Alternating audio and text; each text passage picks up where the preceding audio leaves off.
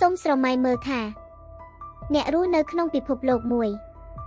ដែលពាក្យបិសាចគឺជាពាក្យពិតហើយពិភពលោកដែលមានការចោទប្រកាន់តែមួយអំពីពាក្យថាអ្នកជាបិសាចឬត្រូវបិសាចសន្ធិដ្ឋវាអាចធ្វើឲ្យអ្នកត្រូវវាយដំធ្វើទារុណកម្មនិងត្រូវដុតទាំងរស់នៅសតវត្សទី17នៅប្រទេសបារាំងមានក្រុងតូចមួយដែលមានឈ្មោះថា Loudun ទីនោះមិនត្រឹមតែជាទីក្រុងសាសនានោះទេប៉ុន្តែជាទីក្រុងដែលគេជឿថាអារក្សត្រូវបានគេអះអាងថាជារឿងពិតហើយវាអាចរស់នៅក្នុងរាងកាយមនុស្សបានទៀតផងនេះមិនមែនជារឿងព្រេងប៉ុន្តែនេះគឺជារឿងដែលមានឯកសារប្រវត្តិសាស្ត្រនិងមានការកាត់ទោសនិងមានមនុស្សម្នាក់ត្រូវដុតទាំងរស់ទៀតផងដោយសារពាក្យចោទប្រកាន់ថាពួកគេត្រូវបានកាន់កាប់ដោយពួកបិសាចឬបិសាចសន្ធិដ្ឋ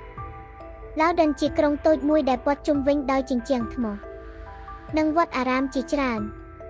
ប្រជាជនភាគច្រើនមិនចេះអានហើយមិនយល់ពីវិទ្យាសាស្ត្រពួកគេជឿលើសាសនាខ្លាំងបំផុតហើយតើមានអ្វីកើតឡើងនៅពេលដែលមនុស្សមានជំងឺផ្លូវចិត្តឬវិកលចរិតត្រូវបានបកស្រាយថាត្រូវបិសាចចូលសន្ធិដ្ឋស្ត្រីដែលមានការស្រមើស្រមៃមានអារម្មណ៍ផ្លូវភេទខ្លាំងត្រូវចោទថាក្បត់សាសនាហើយពួកគេត្រូវបានចាត់ទុកថាត្រូវបានអារក្សកាន់កាប់ឬហៅមួយទៀតថាត្រូវបិសាចសន្ធិដ្ឋហើយបរិយាកាសនេះគឺសម្រាប់តែរឿងសោកនាដកម្មដែលកំពុងចាប់ផ្ដើមឡើងហើយរឿងក៏បានចាប់ផ្ដើមពីបុរសម្នាក់ឈ្មោះថា Urbain Grandier គាត់មិនមែនជាអាចារ្យឲ្យធម្មតានោះទេគាត់មានសម្រស់ស្រស់ស្អាតពូកែនិយាយនឹងឆ្លាតវៃហើយគាត់មានអ្នកគាំទ្រច្រើន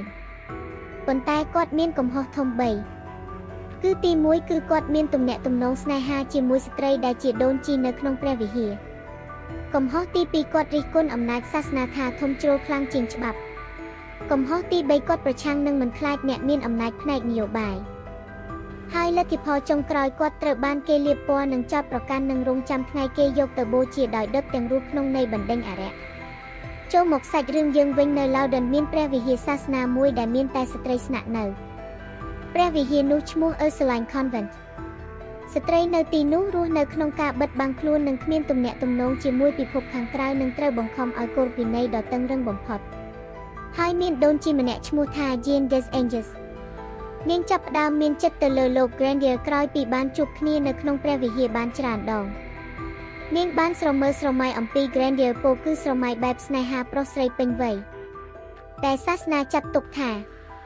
ជាអំពើបាបធ្ងន់ដោយគេហាមអ្នកទាំងពីរមិនបានក្រោយមកគេបានប្រើល្បិចដើម្បីធ្វើបាបដល់លោក Grandier ដោយពួកគេបានឲ្យស្ត្រីជាច្រើនក្នុងព្រះវិហារធ្វើពុតជាស្រែកនៅកណ្ដាលយប់និងរមួលខ្លួនបង្ហាញទង្វើចម្លែកនឹងនិយាយភាសាដែលស្ដាប់មិនយល់ពួកគេនិយាយថា Asmodeus Leviathan Beelzebub ដែលសុទ្ធសឹងជាឈ្មោះបិសាចដែលបានកត់ត្រានៅក្នុងគម្ពីរបុរាណពួកគេធ្វើបែបនេះនៅមុខមនុស្សជាច្រើនដើម្បីឲ្យគេជឿថាពួកគេត្រូវបានបិសាចសន្ធិដ្ឋហើយក្រោយមកពួកគេបានអញ្ជើញបូជាអាចារ្យមន្ត្រីនិងប្រជាជនមកមើលការសម្ដែងនោះស្ត្រីសាសនាคล้ายៗទាំងនោះត្រូវបានគេសួរថាតើអ្នកណាអញ្ជើញបិសាចឲ្យចូលសន្ធិដ្ឋខ្លួនពួកគេឆ្លើយដូចគ្នាថាលោក Urbain Grandier ហើយចុងក្រោយមនុស្សគ្រប់គ្នាបានជឿថាជាការពិតព្រោះពួកគេឃើញផ្ទាល់ដោយភ្នែកដោយគ្មានការយល់ដឹងពីវិទ្យាសាស្ត្រហើយគ្មានចិត្តវិទ្យាពួកមានតែជំនឿប៉ុណ្ណោះបន្ទាប់មក Grandier ត្រូវចាប់ខ្លួនដោយគ្មានភស្តុតាងអីតតែសោះគាត់ត្រូវបានគេធ្វើទារុណកម្មនិងមិនអនុញ្ញាតឲ្យបកស្រាយគាត់ត្រូវបង្ខំឲ្យសារភាពថា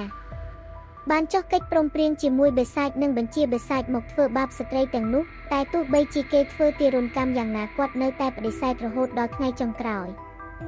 ហើយក្នុងឆ្នាំ1534ដដែលនោះ Urbain Grandier ត្រូវបានគេដុតទាំងរស់នៅចំកណ្ដាលទីក្រុងគាត់ត្រូវបានគេវាយមុននឹងដុតដើម្បីមិនឲ្យនិយាយអ្វីទៅកាន់ប្រជាជនហើយពេលភ្លើងឆេះស្ត្រីคล้ายៗទាំងនោះនាំគ្នានិយាយថាបិសាចចាក់ចេញទៅហើយអ្នកស្រាវជ្រាវជឿថានៅសម័យនោះមនុស្សជាច្រើនត្រូវបានបង្ខិតបង្ខំផ្លូវចិត្តដោយសារនយោបាយនិងសាសនាហើយការសម្លាប់មនុស្សម្នាក់ដោយស្របច្បាប់ដោយគ្រាន់តែចោទប្រកាន់ពួកគេថាត្រូវបិសាចសន្ធិដ្ឋហើយតាមពិតមិនចាំបាច់មានបិសាចមនុស្សក៏អាច ធ្វើអំពើអាក្រក់បំផុតបានដដែល